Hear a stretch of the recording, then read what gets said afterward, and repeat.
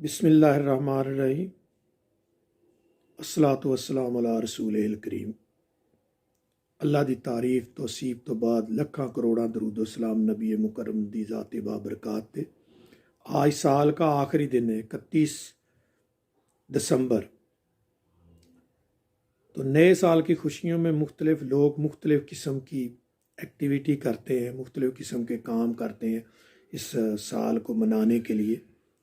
تو اسلام میں تو یہ ہے کہ یہ اسلامی سال نہیں ہے، اسلامی سال ہمارا تو محرم سے شروع ہوتا ہے۔ پھر بھی اگر آپ لوگوں نے منانا ہے یا کچھ کرنا ہے تو ہمیشہ اسلام کو فالو کرو تاکہ آپ کا کام جو ہے وہ برائی میں نہ جائے بلکہ اچھائی میں جائے۔ تو آؤ پھر بتاتے ہیں کہ اللہ پاک کے نیک بندے جو وہ یہ سال کیسے مناتے تھے۔ آؤ سب مل کے ایک پیارا سا ویڈیو سنتے ہیں، آؤ پھر مل کے سنتے ہیں۔ الگ الگ سوسائٹی میں الگ الگ کلچرز میں نئے سال کو سیلیبریٹ کیا جاتا ہے، پمپ اینڈ شو کے ساتھ اور شور و غوغا کے ساتھ۔ یہ اپنا اپنا کلچر ہوتا ہے، اپنا اپنا طریقہ ہوتا ہے۔ مگر جو اولیاء، صوفیاء اور صالحین ہیں وہ جب نیا سال آتا ہے اور پچھلا سال ختم ہوتا ہے تو اس کو کسی اور طریقے سے سیلیبریٹ کرتے ہیں۔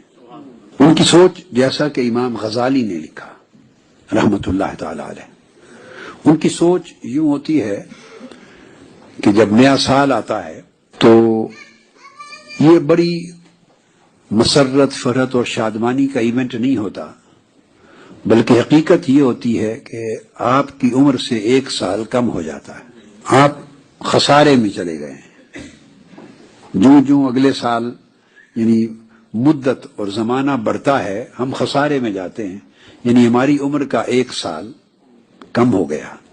اب 1 سال کم ہونے کا معنی کیا ہے؟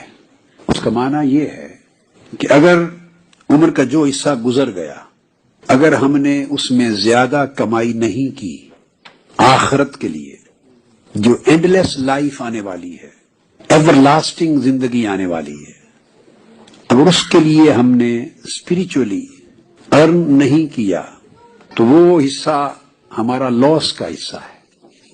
جس بزنس میں ارننگ زیادہ نہ ہو، بزنس کے اس حصے کو آپ کہتے ہیں کہ لاس ہوا۔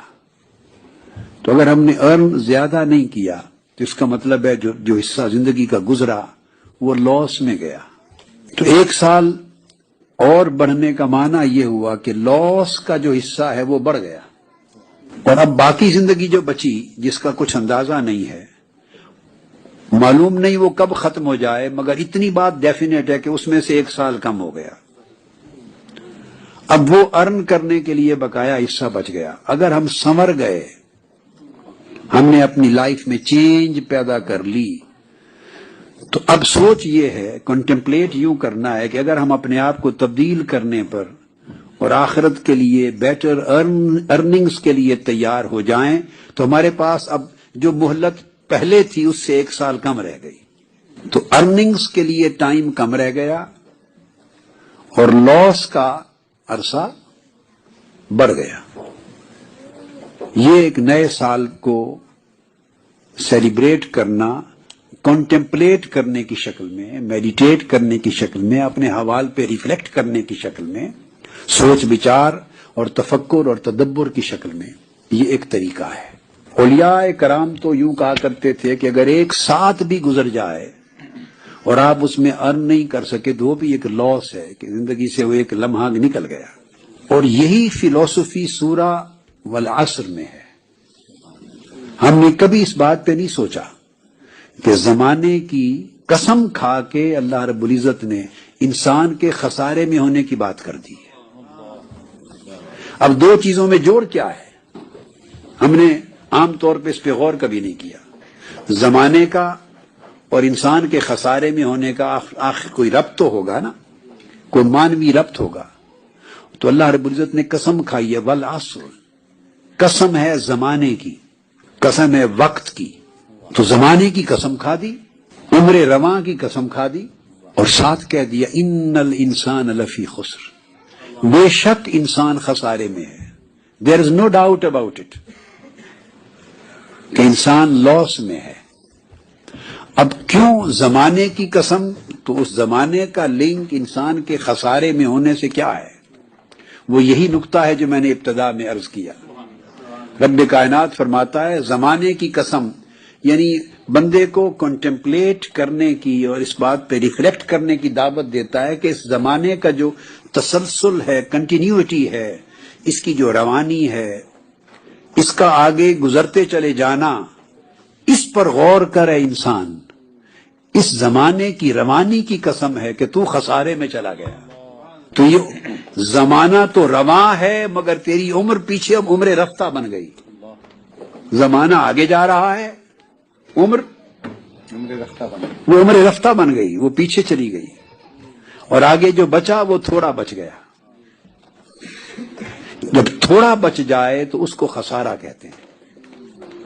جب تھوڑا بچ جائے تو خسارہ کہتے ہیں. تو اللہ رب العزت نے اسی امر کی طرف توجہ مبذول کرائی کہ انسان خسارے میں ہے ایز اے ہول. پھر اس میں ایکسیپشن کریٹ کیا، الا الذین آمنوا وعملوا الصالحات وتواصوا بالحق وتواصوا بالصبر، سوائے ان لوگوں کے جن کی زندگی 4 ستونوں پر قائم ہو. ان میں پہلا ایمان، کہ دیکھنا یہ ہے کہ بندے تو نے یہ جو زمانہ گزرا اس میں ایمان کو کتنا مضبوط کیا. والعصر، جو قسم کھائی ہے زمانے کی کہ زمانے کو ایک آئینہ بنا کے دیکھ اور اس کے اندر جھانک اور دیکھ کے اس زمانے میں جو تم نے گزارا ہے تو نے ایمان کو کتنا مضبوط کیا. وعمل الصالحات، تو نے اعمال صالحہ جو پائس ڈیڈز ہیں، ایکٹس آف رائچسنس ہیں، وہ کتنے گین کیے. اعمال صالحہ، کمائی نیک اعمال کی کتنی کی. وتواصوا بالحق، تم نے حق بات کی نصیحت کتنی کی. اور نصیحت کا معنی یہ نہیں ہوتا کہ دوسروں کو نصیحت کرنا. ہم نے غلطی سے نصیحت کا معنی یہ بنا لیا ہوا ہے، یہ غلط ہے. آقا علیہ الصلوۃ والسلام کی سنت یہ ہے کہ جب وصیت اور نصیحت کی بات کرتے تو فرماتے اوسی نفسی و انفسکم. اور آج بھی خطبہ جب دیتے ہیں تو یہی کلمہ دہراتے ہیں کہ میں نصیحت کرتا ہوں پہلے اپنی جان کو، خود کو، اور پھر دوسروں کو. تو نے اپنے آپ کو حق کی کتنی نصیحت دی، کتنی ایڈوائس کی. اور نصیحت ہوتا ہے عمل کرنے کے لیے.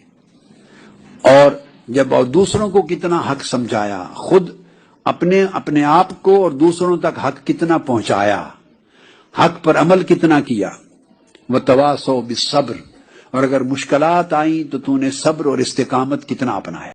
آخر دعوانا ان الحمد للہ رب العالمین، الصلاۃ والسلام علی رسول الکریم. السلام علیکم ورحمۃ اللہ وبرکاتہ.